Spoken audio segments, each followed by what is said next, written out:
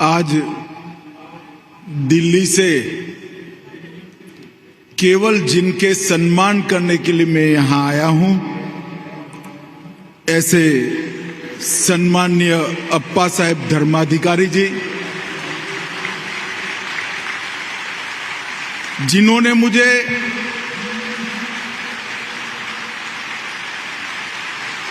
अप्पा साहब का सम्मान करने का मौका दिया।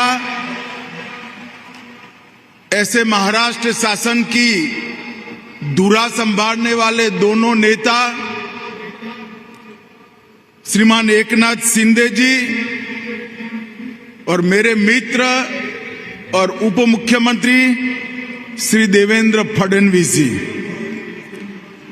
यहां पर उपस्थित नाना साहब, अप्पा साहब और अब उनकी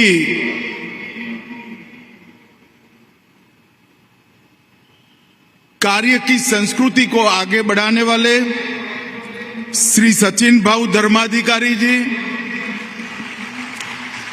महाराष्ट्र शासन के मंत्री श्री सुधीर भाऊ, श्री कपिल पाटिल, श्री उदय सामंत जी, श्री रविंद्र चौहान जी, श्री शंभूराज देसाई जी, महाराष्ट्र भारतीय जनता पार्टी के जुझारू अध्यक्ष श्रीमान चंद्रशेखर बावनकुळे जी, लोकसभा के सांसद श्री श्रीरंग अप्पा बारने जी, श्री प्रशांत ठाकुर जी, और आज 2 दिन से अप्पा साहब के सम्मान को देखने के लिए उपस्थित यहां प्यारे भाइयों बहनों, आप सभी को मेरा प्यार भरा नमस्कार।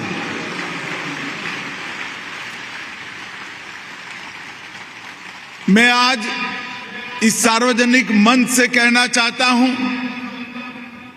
कि कोई प्रसिद्धि की आकांक्षा के बगैर सार्वजनिक जीवन में समाज सेवा करने वाले समाज सेवी के सम्मान में ये लाखों लोगों का हुजूम मेरे जीवन में मैंने कभी नहीं देखा है।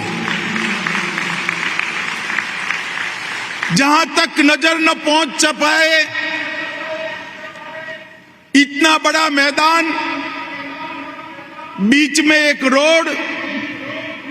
रोड के बाद दूसरा मैदान, और ये चिलचिलाती 42 डिग्री टेम्परेचर की गर्मी, ये सब के बीच में खुले में बैठे हुए आप सभी सदस्य, आप सभी सम्मानजोग व्यक्ति, माताएं, बहनें, भाइयों, ये बताता है कि आपके मन में अप्पा साहब के लिए कितना मान, सम्मान और भक्ति भाव है। इस प्रकार का मान, इस प्रकार का सम्मान, इस प्रकार का भक्ति भाव केवल और केवल त्याग, समर्पण और सेवा से ही खड़ा होता है, जो अप्पा साहब के अंदर हम सबको दिखाई पड़ता है।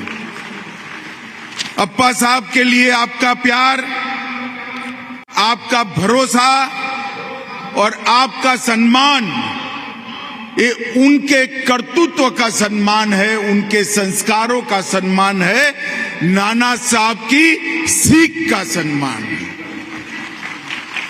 मित्रों, ऐसा कहते हैं कि भीड़ का अनुसरण मत करिए, कुछ ऐसा करिए कि भीड़ आपका अनुसरण करे। अप्पा साहब, आपने ऐसा कर दिखाया है। लाखों लोग आपके अनुसरण के लिए आज इस चिलचिलाती धूप के अंदर खड़े हैं।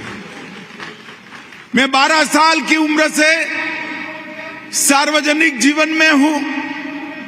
मैं इतिहास का विद्यार्थी हूं। देश और विदेश के इतिहास को बड़े ढंग से मैंने पढ़ा है।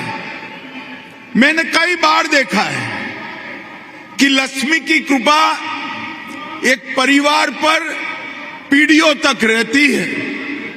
मैंने ये भी देखा है कि एक ही परिवार में कई वीर एक के बाद एक पैदा होते हैं और एक वीर परिवार की निर्मिति होती है।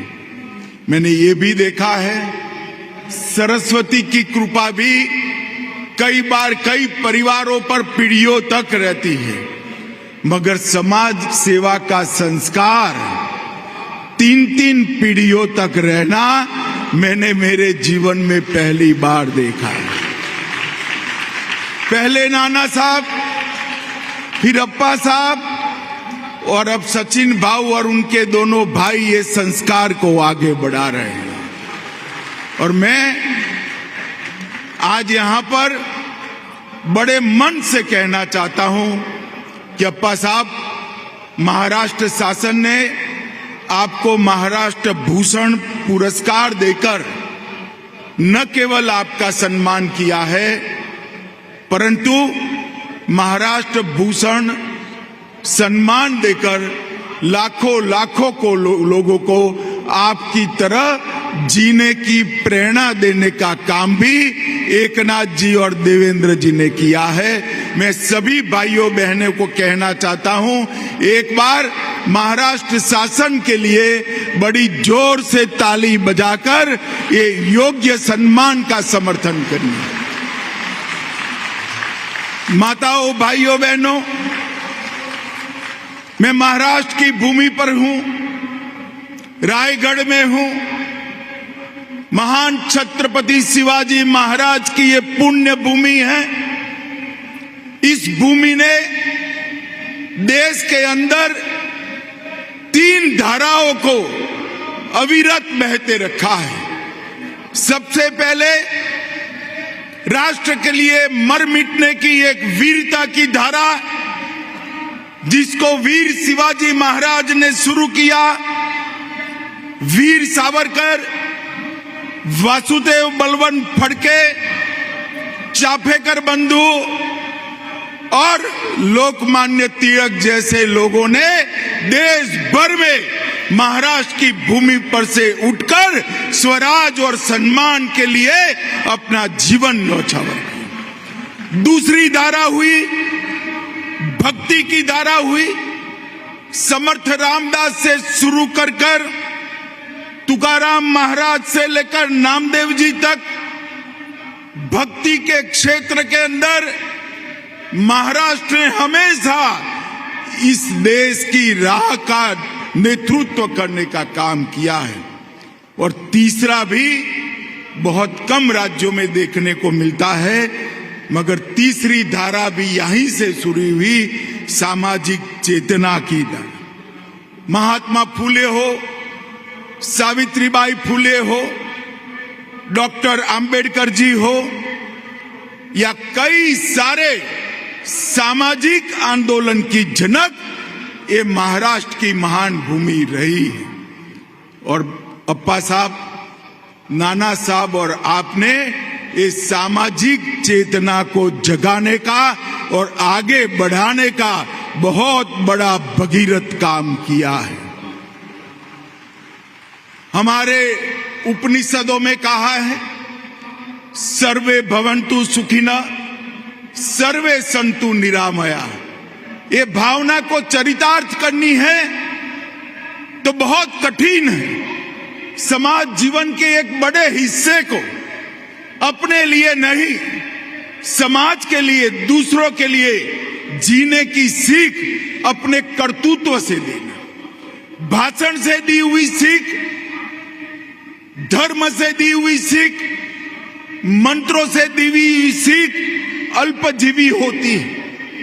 काल के थपेड़े इसको भुला देते हैं, मगर जो सीख कर्तृत्व से दी जाती है वो चिरंजीव होती है, कालजयी होती है।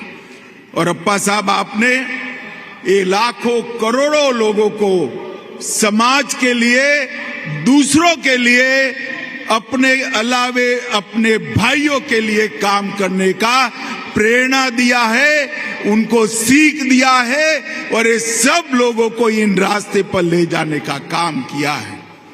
और आपने इस देश के अंदर, जब इस देश को बहुत बड़ी जरूरत थी, तब सर्वे भवन्तु सुखिनः के मंत्र के आधार पर दूसरे लोगों को लिए जीने वाले लाखों लोगों की फौज खड़ी करने का काम किया है।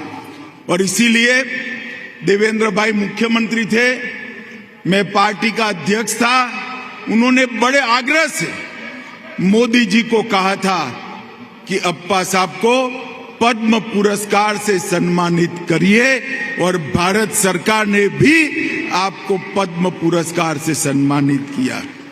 और ये महाराष्ट्र भूषण का पुरस्कार 1995 से भाजपा शिवसेना की सरकारों ने इसकी शुरुआत की, और महाराष्ट्र के माध्यम से महाराष्ट्र और देश के समाज जीवन में योगदान करने वाले कई लोगों को दिया।